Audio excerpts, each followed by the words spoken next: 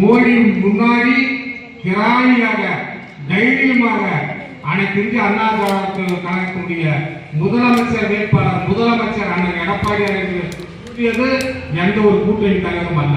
நமது அண்ணன் அன்புமணி அவர்கள் தைரியமாக சொன்னார்.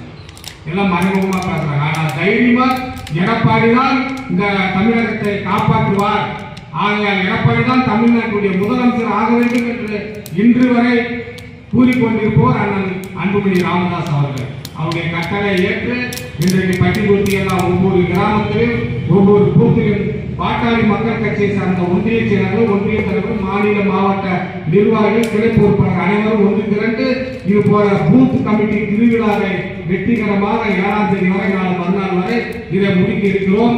ஆகையால் மீண்டும் இந்த துண்டு பிரசவனை எடுத்துக்கொண்டு கிராமத்திற்கு சென்று இந்த திராவிட ஆட்சியை ஒழித்து கட்ட வேண்டும், இந்த மு.க. ஸ்டாலினுடைய ஆட்சியை ஒழித்து கட்ட வேண்டும் சூழலை ஏற்று மீண்டும் கூறுகிறேன்.